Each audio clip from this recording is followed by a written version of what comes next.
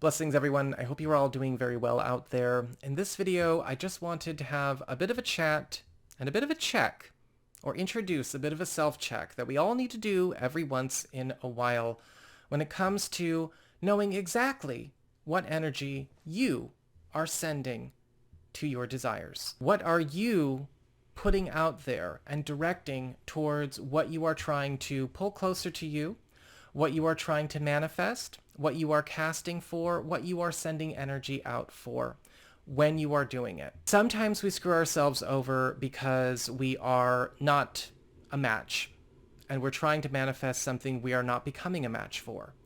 And sometimes we are screwing ourselves over because we are sending the negative motivators that are motivating us to make a change at the thing that we are trying to manifest. And that is not the way to go about creating and keeping a positive change or a positive shift in your life.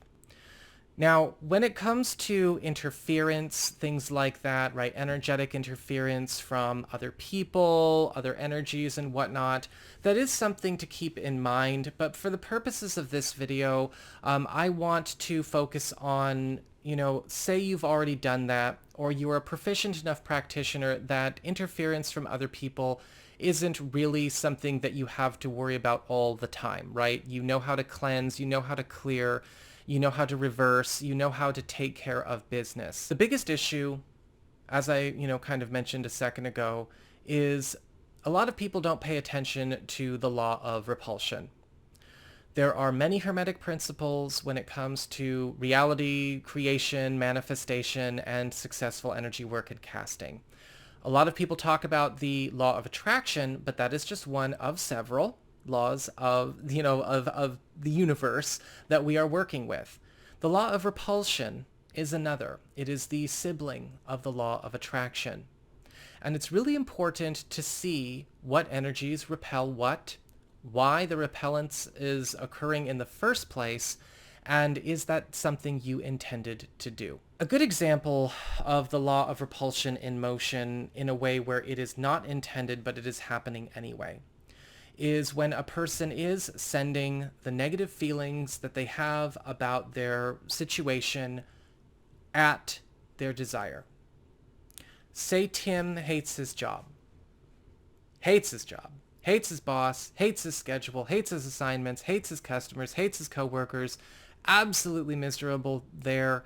And it's motivated him, which is good, to go and look for a new job.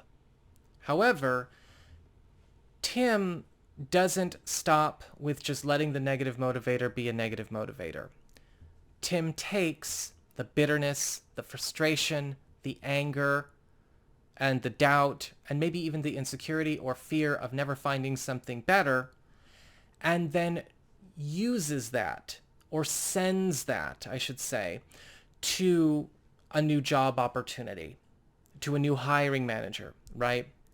Sending all of the negativity that he has accumulated, which should only be motivating him, not be, energizing the work, but motivating him, sending all of the negativity exactly where he would like to go next.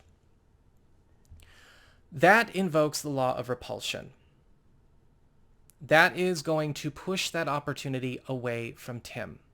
And because that is at work, when it comes to how Tim's manifesting, what's going on in his energy field, what's going on with, maybe his own technique, how he handles his energies, how he sends energy, how he maybe casts, if he casts, whatever's going on, it's only going to manifest more of the same for him. So even if he does get a new job, again, the change is superficial. It's really the same thing as he was in before.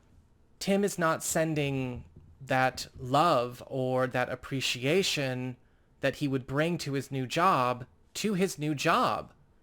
or to the job that he wants, repelling good opportunities because he is allowing the anger and the frustration and maybe the sadness or the insecurity or the doubt or the fear to be the contribution he's making to his change, which is going to backfire and always backfires.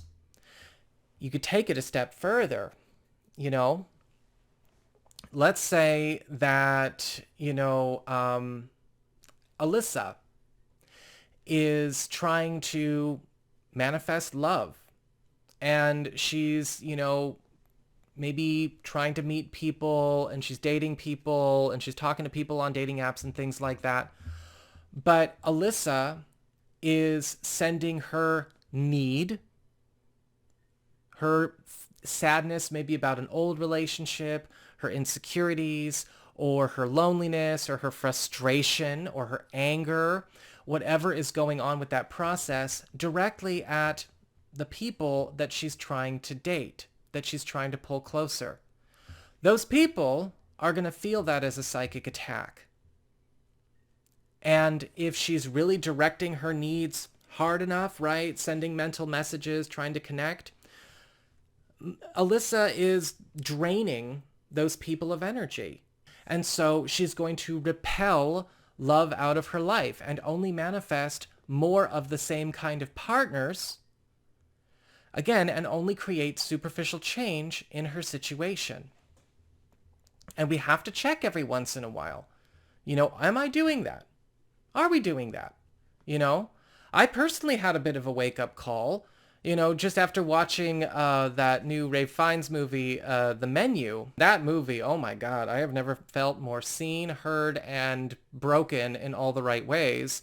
Because that movie really woke me up as far as, kind of giving me an external visual cue to articulate all of the feelings I felt about, a lot of things that I did not like about the online spiritual world and online spiritual community. What happened to the astrology world, all the craziness. Watch The Menu. It's pretty violent though, but I totally had a moment, with that. And if you've seen it yet, it was the burger moment. Like, I was moved to tears because I totally at that point was like, yeah, I 100% feel this villain right now. But what it did was it also helped me to kind of go, okay, you're not going to change your situation or your feelings or feel better about what's going on until you can change the motivators that you are sending to create that positive change. And I was like, well, what do I want to change? What do I want to love more about, where I'm going with my career and with my job?